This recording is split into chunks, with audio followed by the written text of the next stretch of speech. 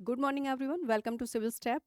आज की हमारी जो क्लास है उसमें हम लोग HPS प्रीलिम्स 2024 के लिए ज्योग्राफी की एक 10 MCQ सीरीज डिस्कस करते हैं। आज के हमारे जो क्वेश्चंस होंगे वो होंगे mass movements, ground water and landform से रिलेटेड। ठीक है, तो हम लोग शुरू करते हैं। उसके पहले हमारे ऑनलाइन ऑफलाइन बैचेज चलते हैं जो कि HPS एग्जाम्स के लिए होते हैं, HP नायब तहसीलदार के लिए होते हैं, HP अलाइड एग्जाम्स के लिए होते हैं, है ना। दूसरी चीज, इसमें जो कोर्स फीचर्स होते हैं आपके वो होते हैं personalised mentorship, live online lectures होते हैं, study material hard copy and soft copy दोनों, एंड मॉक टेस्ट होते हैं, prelims plus mains, free current affair magazines and weekly doubt session होता है। ठीक है, तो आप लोग इसको चूज कर सकते हैं अपनी सुविधा के अनुसार। आगे देखते हैं हम लोग। ओके, सो हमारा आज का जो फर्स्ट क्वेश्चन है वो है, this mass movements involves slow down slow flowing and soil mass or fine grained rock debris completely saturated with water, and this process is quite common in moist temperate area when the upper portion gets saturated and when the lower parts are impervious to the water. Percolation and flowing occurs in the upper parts. ठीक है, so the mass movement describe above is, ये हमारे 4 statement हैं। हमने जो paragraph अभी describe किया है इनमें से ये कौन से स्टेटमेंट पर फिट बैठता है हमें ये देखना है। ठीक है, so soil creeps, earth flow, mud flow and solifluction. तो इसका जो आंसर होगा हमारा वो होगा सॉलिफ्लक्शन। क्यों होगा सॉलिफ्लक्शन और सॉइल क्रीप, अर्थ फ्लो, मड फ्लो क्यों नहीं होगा वो अभी हम लोग आगे देखते हैं।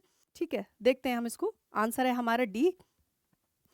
सो soil creep is the slow, जो सॉइल क्रीप होता है is the slow downward progression of the rock and the soil and down a low grade slope. So it can also refer to the slow deformation of such material as the result of prolonged pressure and the stress. Earth flow refers to a movement of water, saturated and clay, silty earth material down low angles, terrace and hillsides. It is a rapid movement. यानी जो soil creep होता है वो slow downward नीचे की तरफ progression होता है रॉक्स का, चट्टानों का, मिट्टी का। ठीक है, दूसरी चीज लो ग्रेड स्लोप बनता है इससे। आगे देखते हैं। सो मड फ्लो क्या होता है इसके बारे में जानेंगे। Mud flow in the absence of vegetation cover and with the heavy rainfall thick layers of the weather material get saturated with water and either slowly or rapidly, यानी ये स्लोली और रैपिडली दोनों तरीके से हो सकता है, flow down along defined channels and it looks like a stream of mud with in a valley. जो mud flow होता है, पहली बात तो ये स्लो भी हो सकता है और रैपिड भी हो सकता है। ठीक है, दूसरी चीज ये कहाँ पर होता है। So it is in the absence of vegetation cover and with heavy rainfall, जहाँ पर वेजिटेशन कवर यानी वनस्पति जहाँ पर कम होती हैं, फॉरेस्टेशन जहाँ पर कम होता है, पेड़ पौधे कम होते हैं, वहाँ पर मड फ्लो होता है। दूसरी चीज़, जहाँ पर वेजिटेशन कम होता है प्लस हैवी रेनफॉल होता है वहाँ पर मड फ्लो होता है। और ये किस तरीके से दिखता है, जैसे कि किसी घाटी में किसी मड की यानी कि कीचड़ की धारा की तरह ये दिखता है जब मड फ्लो होता है। आगे देखते हैं हम लोग। ये देखिए, ये है सॉलिफ्लेक्शंस। सॉलिफ्लेक्शंस इस तरीके से दिखता है। एंड सॉलिफ्लेक्शंस क्या होता है, the very slow down slope movement of the saturated soil and the regolith, यानी कि एक सैचुरेटेड सॉइल का डाउन फ्लो नीचे की तरफ बहना और बहुत धीमी गति से, उसको हम बोलते हैं सॉलिफ्लेक्शन। आगे देखते हैं। हमारा आज का जो दूसरा क्वेश्चन है वो है, consider the following statements regarding various mass movement. यानी कि हम ये हमारे पास 3 स्टेटमेंट्स हैं और हम इनके बारे में बात करेंगे कि अलग अलग प्रकार के जो मास मूवमेंट्स होते हैं वो किस तरीके से होते हैं, है ना। जो फर्स्ट हमारा स्टेटमेंट है वो है, solifluction is a type of mass movements that is common in moist temperate area. यानी कि जो सॉलिफ्लक्शन होता है जो कि अभी हमने देखा था, ये एक तरीके का मास मूवमेंट होता है जो कि बहुत कॉमन होता है जो मॉइस्ट टेम्परेट एरिया होते हैं, समशीतोष्ण या अतिशीतोष्ण जो एरिया होते हैं, क्षेत्र होते हैं वहाँ पर। दूसरी चीज़, हमारा जो दूसरा स्टेटमेंट है वो है, slump is included in the category of slow movements. यानी जो स्लम्प होता है वो स्लो मूवमेंट की कैटेगरी में आता है। जो स्लम्प होता है वो धीमे गति से होता है, यानी कि ये स्लम्प स्लो मूवमेंट की कैटेगरी में आता है। दूसरा स्टेटमेंट ये है। और तीसरा स्टेटमेंट है, mud flow is common in region heavy thick vegetation cover. Heavy thick vegetation cover, यानी जो मड फ्लो होता है वो बहुत कॉमन होता है जहाँ पर वेजिटेशन वनस्पति बहुत ज़्यादा होती है। अभी हमने लास्ट क्वेश्चन में देखा था, तो एक स्टेटमेंट तो आपका यहाँ से कवर हो गया, ठीक है। मड फ्लो कहाँ पर होता है? जहाँ पर वेजिटेशन कवर नहीं होता है, यानी एब्सेंस ऑफ वेजिटेशन कवर। तो आपका पूछना क्या है, which of the statement given above is are incorrect. आपको देखना है कि इनमें से कौन सा स्टेटमेंट आपका गलत है। तो डी तो ये सी तो आपका गलत है, यानी थर्ड स्टेटमेंट तो गलत हो गया, क्योंकि मड फ्लो वहां पर होता है जहां पर नो वेजिटेशन कवर या एब्सेंस वेजिटेशन कवर में होता है, ना कि हैवी वेजिटेशन कवर में, ठीक है। इनकरेक्ट पूछ रहा है। और दूसरा स्टेटमेंट है slump is included in the category of slow movement, यानी कि जो स्लम्प होता है वो स्लो मूवमेंट की कैटेगरी में आता है। तो ये स्टेटमेंट भी गलत है। क्यों गलत है वो अभी हम आगे देखेंगे। एंड फर्स्ट है solifluction is a type of mass movement that is common in the moist temperate area. तो अभी हमने फर्स्ट क्वेश्चन में अपना ये क्लियर किया था, है ना, कि जो सॉलिफ्लेक्शन होता है वो मॉइस्ट टेम्परेट एरिया में बहुत कॉमन होता है, ठीक है। सो बी एंड सी दो हमारे गलत हैं, 2 and 3 बोथ आर, हमारा आंसर आएगा बी, ठीक है। आंसर आएगा हमारा निकल करके बी। देखते हैं, आंसर है बी। आगे देखते हैं। So there are 2 classes of mass movement, यानी जब मास मूवमेंट की बात आती है तो ये 2 प्रकार के हो सकते हैं। 2 प्रकार के कौन से? एक होता है स्लो और दूसरा होता है रैपिड, ठीक है। एक होता है स्लो और दूसरा होता है रैपिड, यानी 2 प्रकार के मास मूवमेंट्स होते हैं, 2 क्लास होते हैं इसके, slow movements and the rapid movement. Slump is included in the category of rapid movement, लेकिन हमारा सेकंड स्टेटमेंट क्या था कि slump is included in the category of slow movement, but slump आता है रैपिड कैटेगरी में, राइट। तो ये आपको ध्यान रखना है। दूसरी चीज, slump is slipping of one or the several units of rock debris in a backward rotation with respect to a slope and over which the movement take place, यानी कि जो स्लम्प होता है वो slipping of one or several units of rock debris, यानी या तो एक या फिर कई एक साथ बहुत सारा मलबा या चट्टानें खिसकती हैं downward and respect to slope, जैसे ही ढाल होता है ढलान के रिस्पेक्ट में, ढलान के अनुसार, over which the movement take place, यानी ये जो मूवमेंट होता है, ठीक है, ये गतिशीलता होती है, ये यहाँ पर स्थान लेती है। दूसरी चीज, mud flow is common in region having no vegetation cover and having a heavy rainfall. अभी हमने पीछे देखा था जो मड फ्लो होता है वो किस जगह पर होता है। सो मड फ्लो होता है जहाँ पर नो वेजिटेशन कवर या फिर एब्सेंस ऑफ वेजिटेशन कवर। दूसरी चीज, हैविंग हैवी रेनफॉल, वहाँ पर मड फ्लो होता है, लेकिन स्टेटमेंट कुछ और कह रहा था। स्टेटमेंट में कहा जा रहा था कि जहाँ पर थिक वेजिटेशन कवर होता है वहाँ पर मड फ्लो होता है, तो इसलिए हमारा जो सेकंड स्टेटमेंट था वो गलत था। So mud flow is common in region having no vegetation cover and the having heavy rainfall, ठीक है, जहाँ पर बारिश बहुत अधिक होती है वहाँ पर मड फ्लो होता है। यहाँ पर हम देखते हैं, ये आप देखिए, ये होता है slumping. Saturated soil slumps along the curved surface, है ना, आप देखिए इस तरीके से ये यहाँ पर जा रहा है कर्व्ड सरफेस में। दूसरी चीज ये है मड स्लाइड यानी मड फ्लो, यहाँ पर क्या हो रहा है, ये है मृदा सॉइल, ठीक है, saturated soil flow down slope, यानी कि ये ढाल के अनुसार यहाँ पर जा रहा है, एंड बैड रॉक्स, ठीक है। दूसरी चीज हम देखते हैं रॉक फॉल्स, लैंडस्लाइड्स किस तरीके से होता है, तो block of rock slide, downhill and slide and bedding planes. आगे देखते हैं हम लोग। ओके, सो हमारा आज का जो थर्ड क्वेश्चन है वो है consider the following pairs of type of mass movements and their descriptions, यानी कि हम कुछ पेयर्स के बारे में बात करेंगे, मास मूवमेंट्स के रिलेटेड कुछ पेयर्स हैं उनके बारे में बात करेंगे और देखेंगे कि जो दिया गया है उनमें से कौन सी विशेषता इनकी सही है या कौन सा पेयर हमारा सही है। And which of the pair given above is are correctly matched, हमें ये देखना है कि इनमें से कौन सा करेक्टली मैच्ड है, ठीक है। सो देखते हैं हम लोग, हमारा जो फर्स्ट है डेब्रीज एवेलेंचे, ठीक है। सो ये क्या होता है, कैरेक्टरिस्टिक्स ऑफ ह्यूमिड रीजन। पहली बात तो जो डेब्री एवालांच होता है उसकी जो विशेषता होती है वो होती है कि ह्यूमिड रीजन में होता है और विदाउट वेजिटेशन कवर, जहाँ पर वनस्पति नहीं होती है, ह्यूमिड रीजन होता है, आर्द्रता बहुत अधिक होती है ना, वहाँ पर होता है डेब्री, यानी कि मलबा, जो हिमस्खलन या फिर मलबा स्खलन वहाँ पर होता है। दूसरी बात आती है स्लम्प की। स्लम्प क्या होता है, so slipping of rock debris with the backward rotation, यानी कि जो स्लिपिंग स्लम्प होता है वो backward rotation with debris, rock debris, slipping with rock debris, जो चट्टानी मलबा होता है उसके साथ स्लिप करता है लेकिन बैकवर्ड रोटेशन में, इसको हम बोलते हैं स्लम्प। दूसरी चीज है rock slide, so sliding of individual rock mass, मान लीजिए एक कोई बड़ी चट्टान है उसका खिसकना, जब वो खिसकती है तो हम उसको बोलते हैं रॉक स्लाइड। और स्लम्प किसको बोलते हैं, slipping of a rock debris with a backward rotation, इसको हम बोलते हैं स्लम्प। सो कौन सा हमारा सही है, फर्स्ट स्टेटमेंट बिल्कुल ठीक है, विद अ नो वेजिटेशन और ह्यूमिड रीजन एंड स्लम्प बिल्कुल। और थर्ड है rock slide, so sliding of a individual rock mass, हमारा थर्ड स्टेटमेंट भी ठीक है।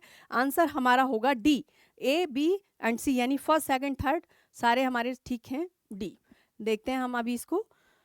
सो debris avalanche which is more characteristics is the humid region with a without vegetation cover and occurs a narrow tracks on the steep slope, यानी कि जो debris avalanche होता है वो विच अ मोर कैरेक्टरिस्टिक्स ह्यूमिड रीजन, उसकी जो कुछ विशेषताएं होती हैं, पहली बात तो वहां पर क्या होता है, विदाउट वेजिटेशन कवर, यानी कि ह्यूमिड रीजन होता है और वेजिटेशन कवर नहीं होता है, occurs in a narrow tract, और ये एक नैरो ट्रैक्ट में होता है स्टीप स्लोप पर, ठीक है। दूसरी चीज, this debris avalanche can be much faster than the mud flow, mud flow में क्या होता है कि धीरे धीरे, यानी वो स्लो कैटेगरी में आता है, बट डेब्री अवलांचे क्या आता है, ये मच फास्टर होता है, यानी बहुत अधिक तेजी से होता है, एकदम से खिसकता है मलबा यहाँ पर।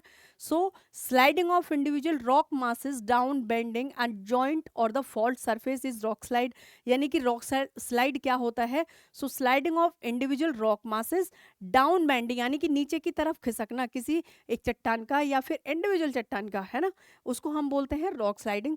Over steep slopes and rock sliding is a very fast and destructive, जो रॉक स्लाइड्स होते हैं वो बहुत तेजी से खिसकते हैं, दूसरी चीज बहुत डिस्ट्रक्टिव होते हैं, है ना, क्योंकि मास बहुत ज्यादा होता है और वो तेजी से खिसकते हैं, फास्टली मूवमेंट करते हैं, इसलिए डिस्ट्रक्टिव भी बहुत ज्यादा होते हैं। आगे देखते हैं हम लोग। So avalanche and debris slides, यहाँ पर आप देखिए इस तरीके से, any large and catastrophic landslides may be called an avalanche. दूसरी चीज, they can include broken rocks, इसमें ब्रोकन रॉक शामिल हो सकते हैं, आइस शामिल हो सकती है एंड स्नो शामिल हो सकती है, usually so mixed that the material term debris and most approachable. आगे देखते हैं।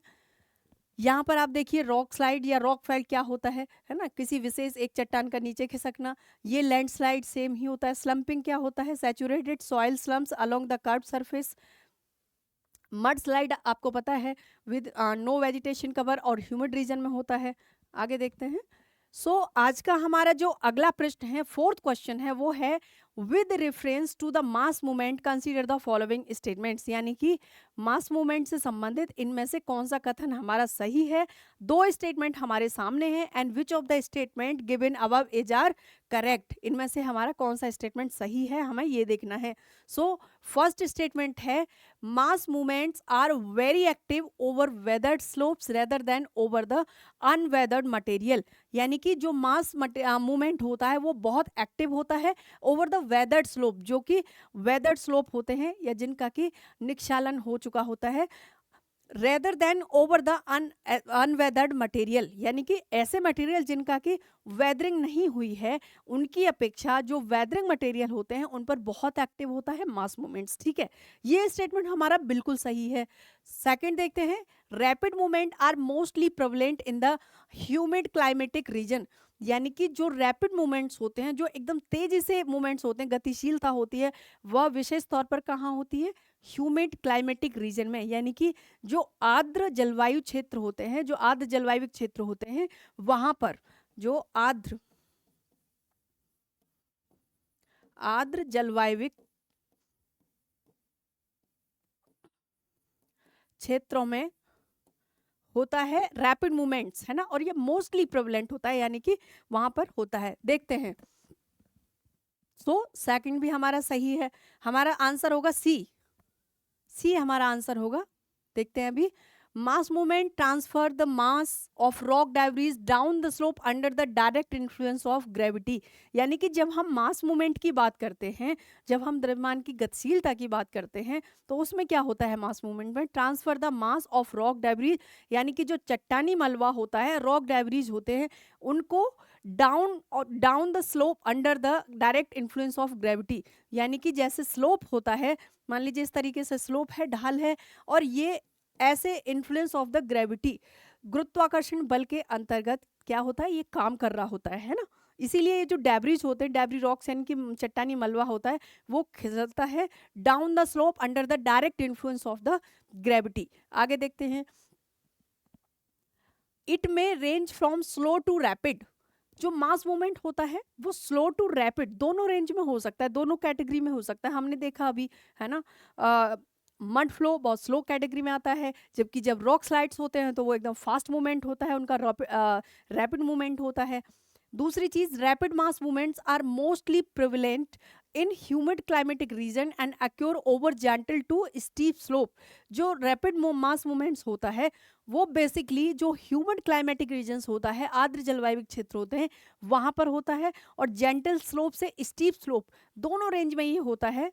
अर्थ flow, mud flow, debris, avalanche are some of the rapid movements, यानी कि जब हम मड फ्लो की बात करते हैं, अर्थ फ्लो की बात करते हैं, डेब्रिज या फिर रॉकी डेब्रिज की बात करते हैं, तो ये जो होते हैं ये रैपिड मूवमेंट्स में आते हैं, रैपिड मूवमेंट्स के अंतर्गत आते हैं बेसिकली। तो आपको ये कैरेक्टरिस्टिक्स इनकी याद रखनी है, ताकि कभी ऐसा स्टेटमेंट्स आता है तो आपको ये पता होना चाहिए। आगे हम लोग देखते हैं, आगे देखते हैं हम लोग, हमारा जो नेक्स्ट क्वेश्चन है, फिफ्थ क्वेश्चन है, वो है with reference to landslides consider the following statements, यानी कि हम बात कर रहे हैं लैंडस्लाइड्स के बारे में, और इनमें से कौन सा स्टेटमेंट हमारा सही है। दो स्टेटमेंट हमारे सामने हैं, so which of the statement given above is are incorrect, देखना क्या है, इनमें से कौन सा स्टेटमेंट हमारा गलत है, देखना है कि कौन सा स्टेटमेंट गलत है।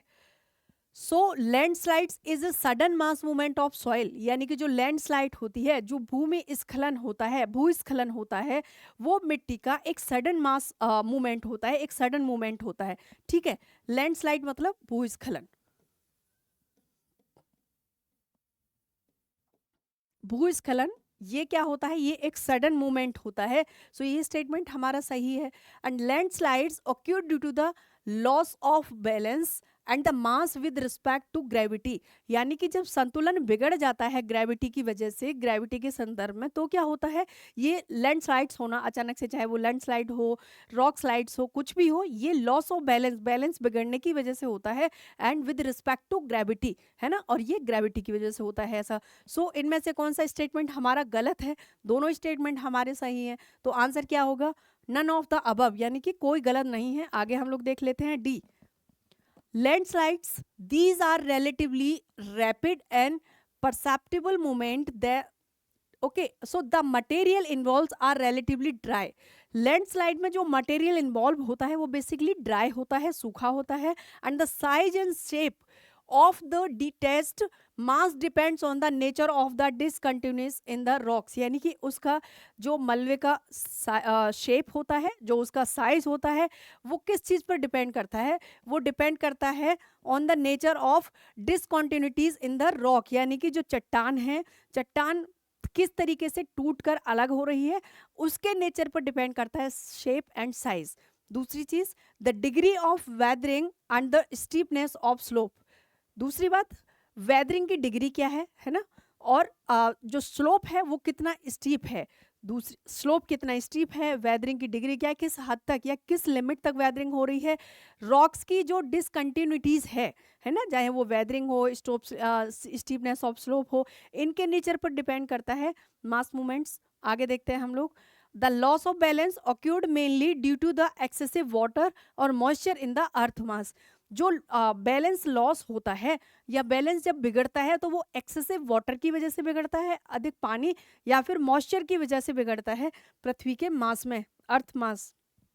आगे हम लोग देख लेते हैं, यहाँ पर आप देखिए लैंडस्लाइड्स कहाँ कहाँ पर ज़्यादा होते हैं, पहले हम ये देख लेते हैं। तो ये है नॉर्थ वेस्टर्न लैंडस्लाइड प्रोविंस, यानी कि यहाँ पर नॉर्थ वेस्ट एरिया में क्या होता है अधिक लैंडस्लाइड्स होते हैं। दूसरी चीज़, जहां पर येलो कलर दिख रहा है वहां पर सीवियर टाइप के लैंडस्लाइड्स होते हैं, ठीक है यहाँ पर सीवियर टाइप के नॉर्थ ईस्ट हिमालयन लैंडस्लाइड्स, यहाँ पर आप देखिए बेसिकली पूरे ही नॉर्थ ईस्ट पार्ट में होता है, लेकिन जब हम जाते हैं वेस्टर्न घाट यानी कि वेस्टर्न कोस्ट की तरफ, तो आप यहाँ पर देखेंगे कि इन प्रोविंस में यहाँ पर लैंडस्लाइड्स होते हैं, ठीक है। आगे देखते हैं, state highly prone to landslides. Again आप देखेंगे कि ये जो आपका जम्मू कश्मीर, हिमाचल प्रदेश और उत्तराखंड का ये जो एरिया है, यहाँ पर लैंडस्लाइड्स बहुत अधिक होता है, यानी कि सीवियर टाइप का लैंडस्लाइड होते हैं। और नॉर्थ ईस्ट में जहाँ सिक्किम, मेघालय, नागालैंड, मणिपुर, मिजोरम, त्रिपुरा, असम, अरुणाचल प्रदेश, पूरे ही लगभग नॉर्थ ईस्ट में लैंडस्लाइड प्रोन एरिया है, लैंडस्लाइड्स होते हैं, है ना। दूसरी चीज, लैंडस्लाइड्स हैजार्डस जोन, यानी कि यहाँ पर तो जो रेड कलर आपको दिख रहा है, बहुत अधिक लैंडस्लाइड्स यहाँ पर होता है। आगे देखते हैं हम लोग, तो आप इससे मैपिंग कर सकते हैं, देख सकते हैं। पता है इन सारे ये जो क्वेश्चंस होते हैं आपके, एक से अधिक टॉपिक आपके तैयार हो जाते हैं अगर आप अच्छे से प्रैक्टिस करते हैं, इन चीज़ों को अंडरस्टैंडिंग अपनी सही से रखते हैं। तो आगे देखते हैं। सो हमारा जो नेक्स्ट क्वेश्चन है वो है, these are the gently inclined rocky floor that forms close to the mountain at their foot and these can be with or without a thin cover of debris. So these rocky floor form through a erosion of mountain front through a combination of lateral erosion by streams and sheet flooding. So these erosional landforms features are known as, यानी कि हमने जो paragraph अभी पढ़ा है उसमें से 4 statement हमारे सामने हैं।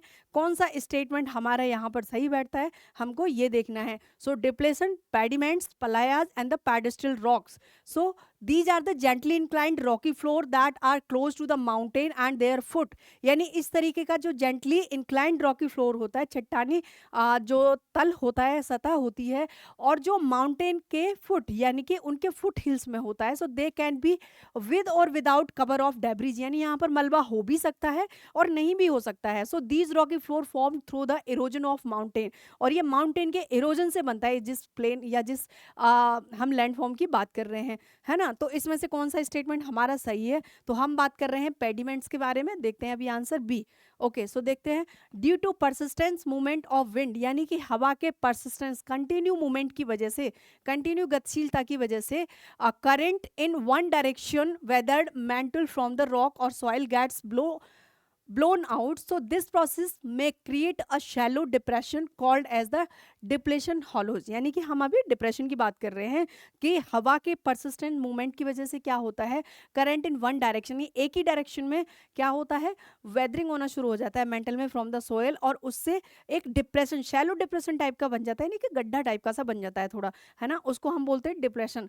आगे बात करते हैं पलायास के बारे में। सो Palayas are by far most prominent and the landforms in the deserts, and there is a gradual deposition of the sediments from the basin to margins are nearly level plain forms at the center of the basin. In times of sufficient water, this plain is covered up by a shallow water body. Such type of shallow lakes are called as पलायाज। यानी इस type की जो shallow lake बनती हैं उनको पलायाज बोलते हैं। और ये जो पलायाज होता है ये कई बार एग्जाम में पूछा जाता है, तो बिल्कुल क्लियर हो जाइए आपकी पलायाज होता क्या है ना, सारी कैरेक्टरिस्टिक्स उसकी यहाँ पर लिखी है। So water is retained only for a short duration और ड्यू टू द इवेपोरेशन। यहाँ पर जो पानी रिटेन्ड होता है वो केवल शॉर्ट ड्यूरेशन के लिए होता है या फिर इवेपोरेशन से। आगे देखते हैं, यहां पर आप देखिए ये है mass, a portion of the plateau isolated from the main plateau.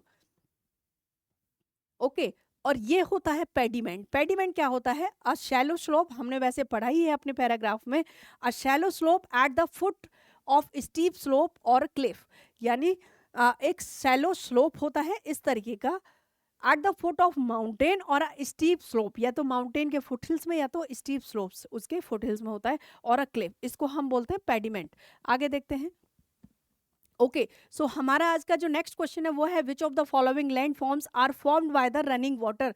यानी कि रनिंग वाटर के द्वारा इनमें से कौन सा लैंड फॉर्म बनता है उसके बारे में हम बात करेंगे। 4 स्टेटमेंट हमारे सामने हैं, and select the correct answer using the code given below. हमको क्या करना है, करेक्ट आंसर चुनना है इनमें से कि इनमें से कौन सा आंसर हमारा करेक्ट है। ठीक है, सो गुली रनिंग वाटर की वजह से कौन सा लैंड फॉर्म बनता है हमें ये देखना है।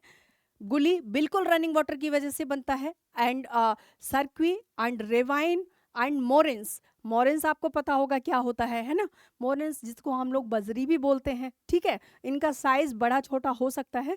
दूसरी चीज रेवाइन, सो इसमें गुली एंड रेवाइन एंड सर्क्यूज नहीं होता है, क्यों नहीं होता है देखेंगे, मोरेन नहीं होता ये क्यों नहीं होता ये भी देखेंगे। तो आंसर हमारा आएगा निकलकर first and third. So answer है ए, आंसर है हमारा ए। देखते हैं अभी, सर्की जब basically a vowel shaped depression formed by erosional activities of a glacier, यानी कि जो सर्क्यू बनता है वो किससे बनता है, ये एक इरोजनल एक्टिविटीज से बनता है ऑफ अ ग्लेशियर, यानी जो ग्लेशियर्स होते हैं उनकी इरोजनल एक्टिविटीज की वजह से बनता है, ना कि रनिंग वाटर की वजह से बनता है।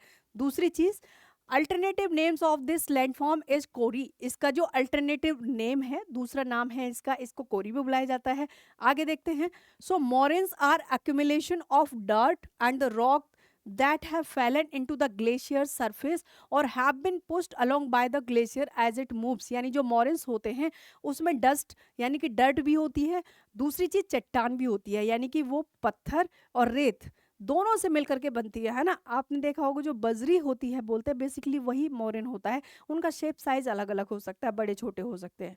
आगे देखते हैं, यहाँ पर आप देखिए ये है गुलीज, ये है घाटी घाटी रनिंग वाटर की वजह से बनता है, दूसरा जो गुलीज होते हैं ये भी रनिंग वाटर की वजह से बनते हैं, और ये हैं रिल्स, यहाँ पर आप देखेंगे छोटे छोटे टाइप के से ये धाराएं बन जाती हैं। आगे देखते हैं। सो हमारा आज का जो नेक्स्ट क्वेश्चन है वो है which of the following are depositional landforms, इनमें से कौन सा डिपोजिशनल लैंडफॉर्म है, यानी डिपॉजिट होने से बना है, कौन सा हमारा ऐसा लैंडफॉर्म है। So select the correct answer. Again हमको इसमें से क्या करना है, करेक्ट आंसर चुनना है कि कौन सा आंसर करेक्ट है।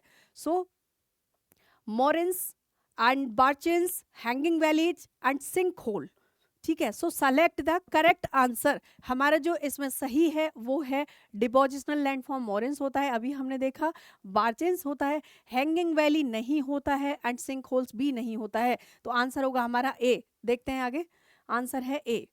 So hanging valley is an erosional features, a characteristic feature of the glaciered mountain topography. A hanging valley is a tributary of main valley which has been a deeply and so scored by glacial ice and leaving the tributaries valley hanging above the main valley. अब हम बात करते हैं sink holes की कि sink holes क्या होता है, ठीक है। सो सिंक होल्स आर कैविटीज, एक तरीके से कैविटी होती है इन द ग्राउंड में।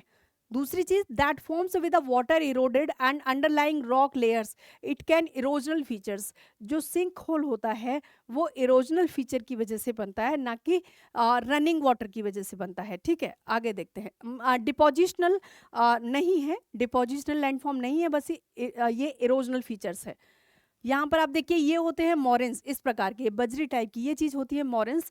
ग्लेशियर फ्लो यानी ग्लेशियर यहाँ पर पिघल रहा है, ठीक है। दूसरी ग्लेशियर फ्लोर्स होता है, मेडियल मोरेन्स होते हैं, बैडलोट्स, ओके। इस तरीके से यहाँ पर ये होता है बर्चोन ड्यून्स, ठीक है। हमारा जो नेक्स्ट क्वेश्चन है वो है consider the following statements, and first statement है structural plains are formed by the deposition of materials brought by the various agents of transportation, ठीक है। एंड दूसरे स्टेटमेंट है erosional plains are formed by horizontal and bedded rocks which are relatively undistributed by the crystal movement of the earth. Third statement है erosional plains are hardly smooth and therefore also called as the Penney planes. हमें देखना क्या है, which of the statement given above is are correct, कौन सा statement हमारा इनमें से करेक्ट है, हमें ये देखना है। सो करेक्ट स्टेटमेंट है हमारा erosional plains are hardly smooth and therefore also called, इसको पेनी प्लेन भी कहा जाता है जो इरोजनल प्लेन होता है। हमारा जो थर्ड स्टेटमेंट है वो सही है, लेकिन structural plains are formed by the depositional of material brought by the various agents of topography, ये गलत है, क्यों गलत है वो अभी हम देखेंगे। एंड सेकंड है erosional plains are formed by the horizontal bedded rocks with are relatively undistributed by crystal movement of earth, second statement भी हमारा गलत है।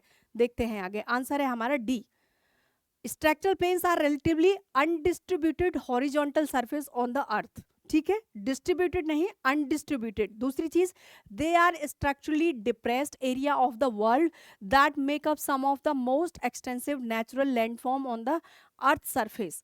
Erosional plains are formed by the continuous and the a long time erosion of the sort of upland, यानी जो erosional plane बनते हैं वो किस तरीके से बनते हैं, the continuous and the long time erosion से, लगातार और कंटिन्यूस और लंबे समय तक जब इरोजन होता रहता है तो इरोजनल प्लेन्स बनते हैं। आगे देखते हैं हम लोग, यहाँ पर आप देखिए स्टेज 1 ये है स्क्रैप, दूसरा है डेनुडेशन इरोजन एंड ये है पैडी प्लेन्स।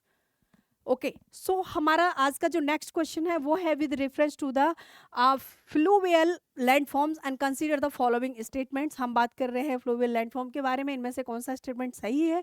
3 स्टेटमेंट हमारे सामने है, देखना ये है कि इनमें से कौन सा स्टेटमेंट हमारा सही है।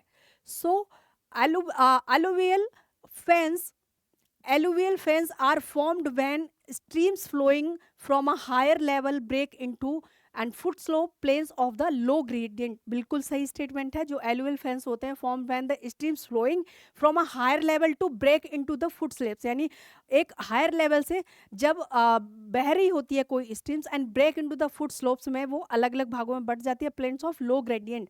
ये है हमारा एलुवियल फेंस। एंड दूसरा है points bar are formed on the concave side of the meanders of large rivers. So ये स्टेटमेंट हमारा गलत है। क्यों गलत है वो अभी हम लोग देखेंगे। एंड हमारा थर्ड स्टेटमेंट है in the old stage of a river shallow V shaped valley, यानी जो वी शेप्ड वैली होती है वो ओल्ड स्टेज में बनती है and are formed due to the high speed of water flow. ये स्टेटमेंट भी गलत है। क्यों गलत है वो भी हम अभी देखेंगे, देखते हैं। सो हमारा जो आंसर है वो है ए, यानी फर्स्ट हमारा आंसर सही है।